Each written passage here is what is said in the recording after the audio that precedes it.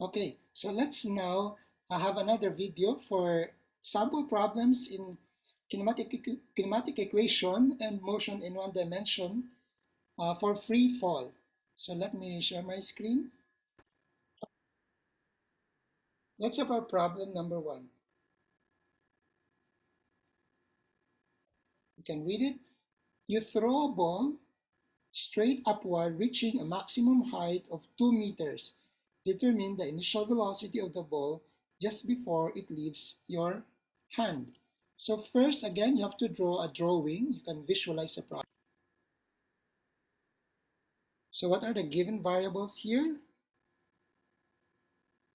Okay, let us visualize a problem. So you throw a ball upward. Oops, let's say something like this. Oh, it's a ball, but doesn't look round.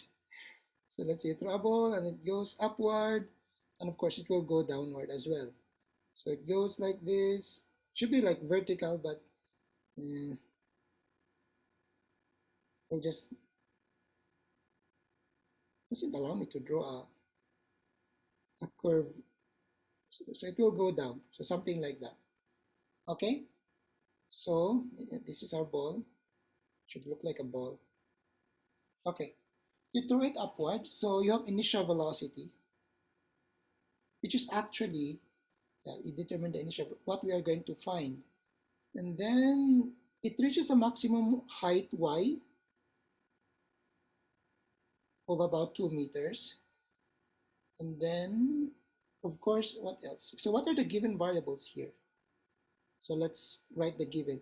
The initial velocity, oops, we don't know. Okay, so the given are initial velocity, we don't know that. The y is, it's going upward, so 2 meters. What else? Now there are only two. How are you going to solve that problem? Always remember, in free fall, the acceleration is negative g or negative 9.8 meter per second squared. And what else? You cannot solve this yet. You don't have the time, you don't have the other variables, you don't have, yeah, it will be very hard, guys. You need at least three given variables here. You have two, one, two. Well, this is required. So analyze the graph, analyze the diagram. At the maximum height, the ball momentarily stops. Okay, it momentarily stops. So at the maximum height, let's just call it max, the velocity is zero. Okay, so okay, if you have a ball and you throw it upward, there's an initial velocity. Let's say it reaches 2 meters. If we're going to do a slow-mo, it's going up, it's fast, fast, and then it's slow down, it's accelerating, slowing down. At the maximum height, it momentarily stops. The velocity becomes zero, but not the acceleration.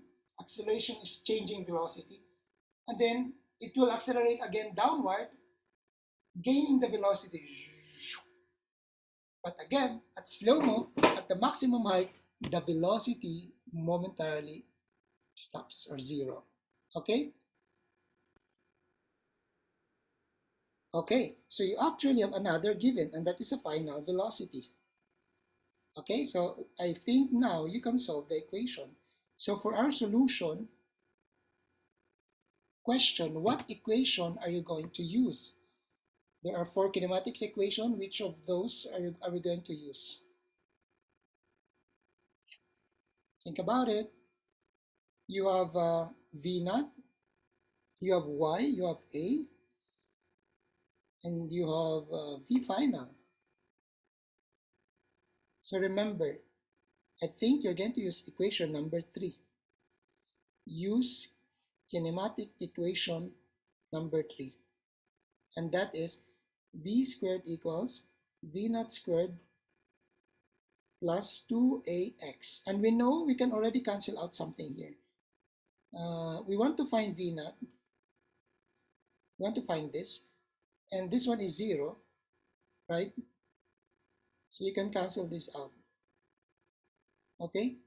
So if you're going to transfer this here, it will become negative v naught squared equals 2ax. We want to find the v naught, right? Initial velocity. So what are you going to do? You transfer again the negative. I think, yeah, you can just do v naught squared equals negative 2ax. And what's next? Get the square root. So v naught is now equal to the square root of, it's plus or minus the square root of what? Negative 2ax. You cannot have imaginary number inside, but we'll see. If you're going to substitute the value now, it should be negative times 2 times negative 9.8. So now you know that your negative sign will be cancelled out because you have another negative. So negative times negative, positive. And then your y is 2 meters, it's positive, it's going up. So I think you're going to have a unit of meters squared per second squared. And if you're going to get the square root, then you will get, that will become meter per second, which is the unit for velocity. So we are in the right track. Okay? So the final answer now is plus or minus. If you're going to use your calculator, I have to verify, and then you can double check my answer if it's correct. Okay? Can you try that? Make sure that we're correct. I think you should get an answer of positive, negative 3.4 meter per second. But what sign are you going to use? Is it negative or positive? Take note, the ball is going up. You're not discussing the second segment because in a way you have two segments going up and going down. So we're just discussing the first segment where initial velocity is spark. So the second segment, it is going upward. So going up, positive. So your answer now is positive 3.4 meter per second. So this is your initial velocity as you throw your ball. Okay? So let's now go to sample problem number 2. Let me read it for you guys. A stone is dropped from the top of a main building of your university. The time of fall of the stone is about 1.6 seconds. Now determine the height of that building. Okay? Okay, so let us visualize this problem. So when you throw a ball, let's say this, not a ball but a stone. Let's say you not throw but you dropped it, you just drop it. What are the given variables here? Of course, you have the time, it's given here, 1.9 meters, oh no, seconds, it's time. Okay, what else? You always have negative 9.8 meter per second squared as acceleration due to gravity. What else? So you want to find the total height, let's say the y. But what else? When you drop something, you have an initial velocity given. What is it? When you drop something, just let it fall. The initial velocity is 0. So you now have 3 given. Okay? Now for your solution, if you're going to recall the kinematics equation, recall you have V equals V naught, right, plus AT. I can't rely on my memory as well. Okay, the second equation is y equals 1 half V naught plus V times T. The third one is V squared equals V naught squared plus 2AY for free fall. Then y equals V naught T plus 1 half AT squared. Oh, I remember it. So what equation are you going to use here? You have y, this 2, you have acceleration, this one, you have v naught and time. So I think it's equation number 4, right? So yeah, we should agree. So it's equation number 4. So y equals v naught t plus 1 half a t squared. You have initial velocity, which is 0. So it's better to cancel out something that is 0, so it will be easier for you guys. 1 half a t squared. So what is y now? Substitute the value. Your A is negative 9.8 meter per second squared times time, which is 1.9 second squared, t squared, that's t squared. So if you're going to use your calculator, it should be negative 8, 18 meters. So this is your now, the displacement going down, but of course the height is equal to 18. Height is magnitude, so we don't need to write the negative sign. So this is the height of that main building, your university.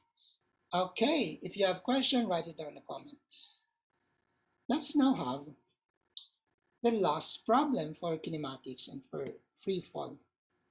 So let me read it. One way to determine the reaction time of a person with the help of a meter stick is by using the equation T equals the square root of 2gh. Let me write it. Our reaction time. Is it red? So reaction time is determined by this equation T equals square root of 2g over h. So wait, it should be included, the whole terms. Square root of 2g over h. And I think if I remember it right, we did this experiment when I was I don't know, first year or second year college student. Okay, so what we do here is one of the person is holding the meter stick at the topmost, let's say at the 0 mark. Okay, and the other one say is like awaiting for it to fall, looking at it, focus. Now there are two instances, one with focus, this one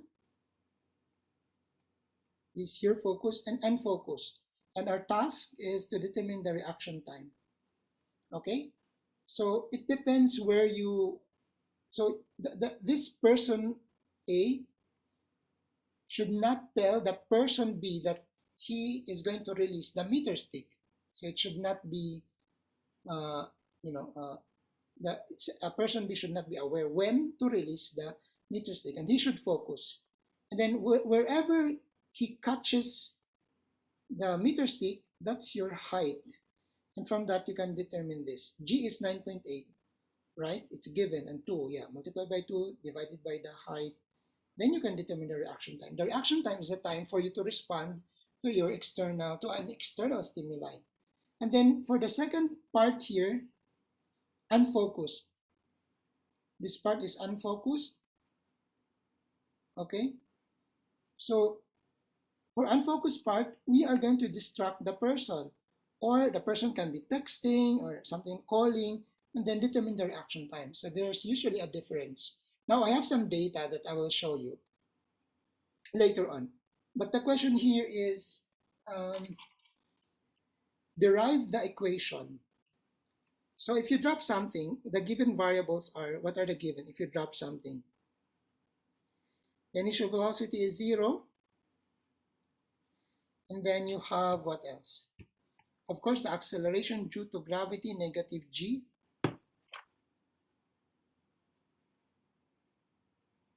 What else? The y displacement is negative g. Why negative? It's going downward. H is just a magnitude, so we don't put negative, but y for the displacement is negative h. And the reaction time. So basically those are your given variables. If you have the equation here, what are you going to use? There's V naught, there's A, there's Y, there's T. So I think this one, right? Equation number 4 again. So for the derivation, derive T. So we have Y, using equation number 4 equals V naught T plus 1/2 A T squared. So here V naught is 0, so we can cancel that out. So what? Y equals 1/2 A t squared, wherein your y is negative h equals 1 half negative g times t squared. So as you can see here, the negative will cancel out anyway. Okay, so 2h equals gt squared. So let's go here.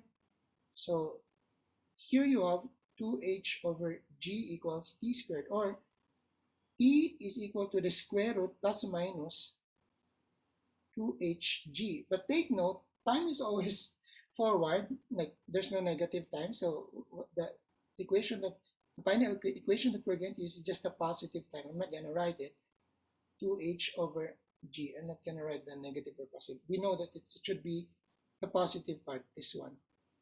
So this is now your equation for the reaction time. So the test data is shown. I have some test data which I will show you in an Excel file.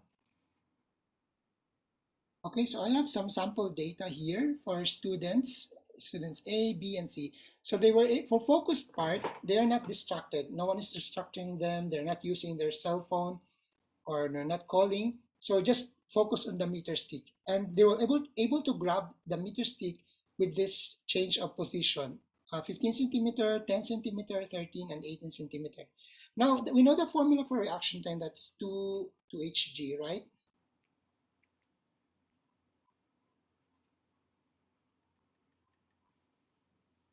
Okay, so you can do manual calculation, but you can actually input here the formula, square root.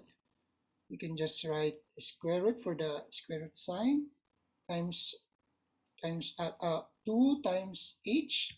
Our h is this one divided by the g, which is 9.8 meter per second squared. So now you have the formula. And to compute for everything else, just drag and drag this. Twink, chadang. It's easy, right? And so the advantage of using the Excel is if you have a lot of data, you can just, write the formula. Square root, oops, times 2 times, for multiplication, asterisk, times h, which is this one, divided by 9.8. So these are the actual data of my students. Sometimes I also distract them during the data gathering. Okay, so look, these are the reaction times for you, the time for you to respond to an external stimuli, for focused, undistracted, and this is for unfocused reaction. So as you can see, the difference is minute, like a few seconds. It might not be of a concern. Like this one is 0.07 second, this one is 0.18 seconds, and this is 0.09 seconds, or something like that. So as you can see, it might not be that significant, but if you are driving, right? If you're doing something that requires focused attention, diba? Right? So for driving, for example, that very minute amount of second, you can get yourself into an accident, or you can harm someone, right? So for this problem, we have some lessons here, like if you are focused or if you are unfocused or distracted, your reaction time is longer. So this might be very short intervals of time, but in situations like driving a car, it can be a time interval of life and death. So this is the reason why you should not drink and drive, or do not drive when drunk, and also do not drive and use your cell phones while driving, right? So this is our last example. So I hope you've learned something. So thank you very much. See you again in the next topics in physics and some tutorial sessions as well. Bye-bye. Choose.